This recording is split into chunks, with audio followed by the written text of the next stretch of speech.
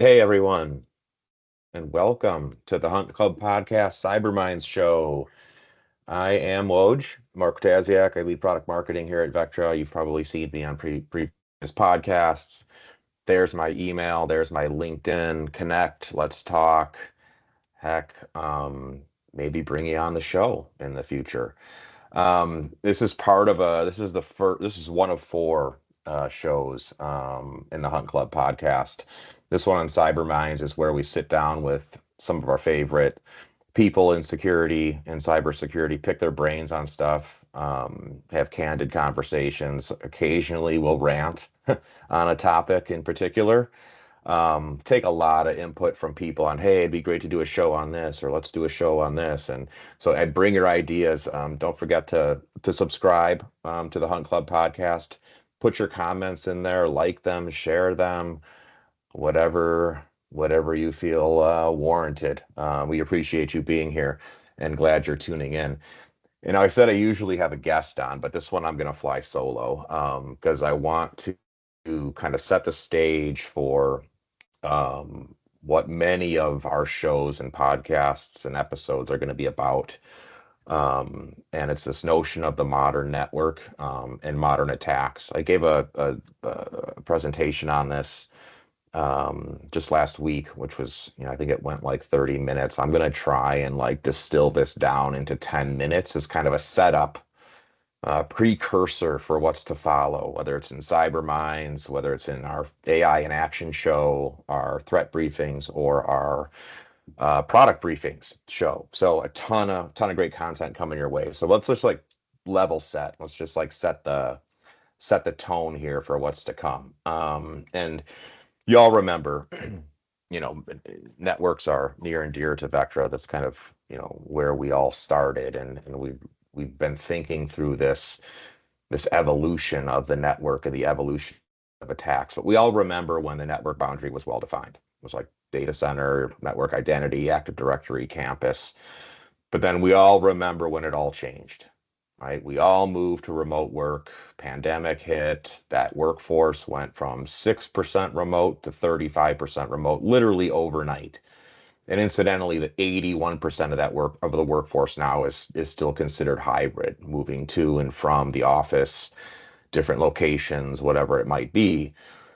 As we went remote, SaaS exploded. We all remember living on M365 or Teams or Zoom.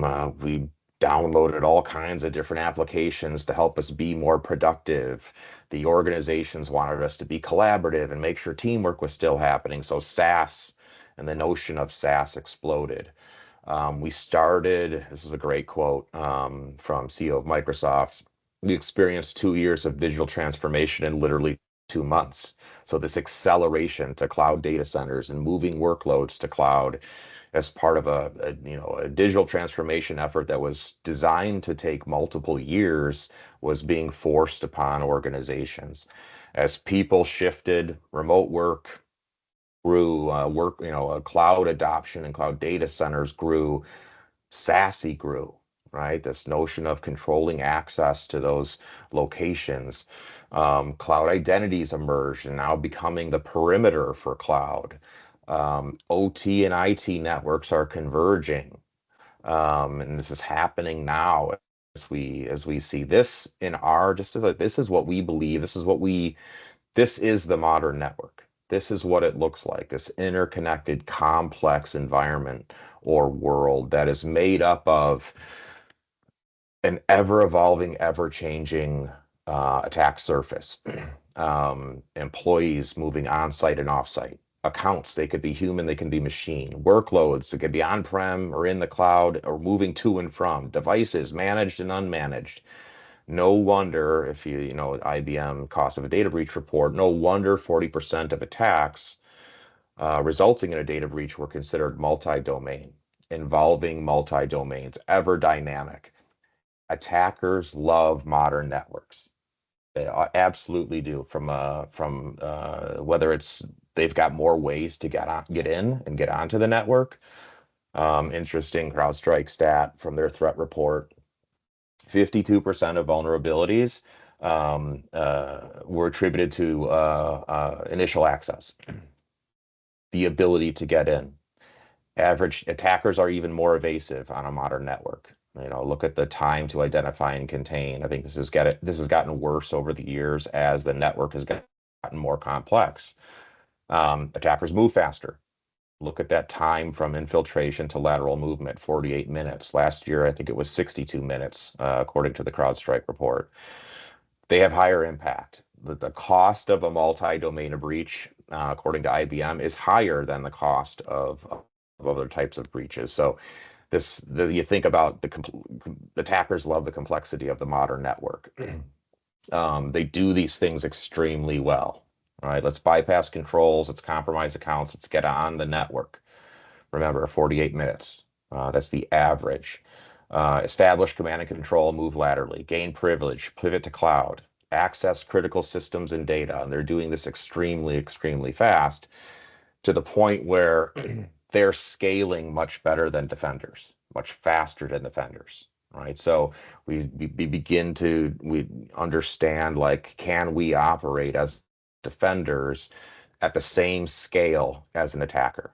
Now, I've often said in different podcasts or in conversations, I'm like, we all think in multiple attack surfaces. I have a network attack surface. I have a data center attack surface. I have endpoints. I have identities. I have SaaS applications. I have cloud data centers. Attackers just think one giant network attack surface, and they're in that way of thinking enables them to scale their programs, campaigns, processes much, much faster than we can, thinking in individual siloed attack surfaces. And we flat out ask defenders, what's the challenge? Like, what do you need? Right? If we agree these guys move fast, they're super evasive, what do you need? Top two things. Look at the top two things they need: quality of data going into the SIM, threat signal efficacy. They both revolve around signal. Defenders are screaming, give us better signal. Give us better signal so that we know that we can act faster. Which brings me to my next point. They're asking for, like, what else do you need? What do you want? And in this case, we talk about attackers moving faster than defenders in many cases. Hey, I just want to accelerate my detection and response times, and I want to accurately identify priority threats. I want prioritization. Right? This is about speed. Give me signal, give me speed. The two biggest things that we see in our research. Now, how do we go about doing that? You're going to see us talk or hear us talk about a lot of these things kind of rooted in how do we deliver defenders, assuming attackers, we all know attackers move fast, they have more ways in, they're super evasive. How can you deliver signal at speed and scale of a modern attacker? How do you deliver signal across that expansive modern network at the speed and scale of a modern attacker? The last thing you want to introduce is latency. And we will make the argument over and over and over again. Latency is the attacker's best friend, right? It gives that, like, don't give them more time. They're only going to use and abuse that time. So step one, we'll go deeper into the hows and, like, product briefings and the hows from an attacker perspective and threat briefings. But let me just give you, like, a high level perspective on defending against modern attackers, defending the modern network against modern attackers. Step one is, like, let's focus on where the most latency exists, right? So when it comes to signal, accurately identifying priority threats, and when it comes to speed, accelerating detection and response, you might have detection engineers and SOC analysts or security analysts, two different workflows, two different jobs, two different levels of responsibility, and they each do things. They have steps in their processes. And we look for, hey, where is there latency? Where are we introducing unneeded latency in this workflow or this process? We then say, how can AI remove that latency? Because if we enable AI, if we focus on building AI to help the human deliver that signal that they're looking for, hey, help me accurately identify priority threats, help me accelerate my detection and response times.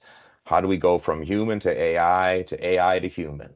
How do we take that latency from hours, sometimes even days, down to minutes? And what role can AI play in that? You're going to hear a ton about this in our AI in action podcast with our data scientists, our AI researchers, our people behind the scenes of the minds behind the scenes of AI and what we're building here at Vectra. If you help defenders act faster, see and stop attacks early in their progression, right? If they're focused largely on investigation and response, and the attacks are accurate, the signal's good, it's in real time, but think about the time you free up, right? So I think of objective number one, defending the modern network against modern attacks, remove latency. Right? Make sure you have coverage and then remove latency. Give a really good signal and use AI to help do that so that the defender can see and stop that attack. Objective number two, free up all this time so they can actually build resilience to attacks. Imagine we've had customers talk about this. My analysts and my engineers are finally able to focus on stuff that matters. Perhaps it's customization, automation, no-code automation is hot right now, analytics. Maybe defenders can get ahead and begin doing proactive discovery of where there's potential gaps where attackers can get in, threat hunting, reporting, all sorts of things, and with the goal of like, hey, let's try and stop these things before they even start. Put the walls up, slow them down, because an attacker will give up if you put up those walls. So you're gonna hear a lot about that in like cyber minds, AI in action, threat briefings, which will tee up kind of our approach to it in our product briefings. So with Vectra AI, we say, we're going to help defenders stop attacks that others can't. You'll see us talk about and describe, hopefully in like 10-minute increments, getting into the details of each one of these boxes, our three pillars, coverage, clarity, and control, how we're delivering this and the benefits to defenders.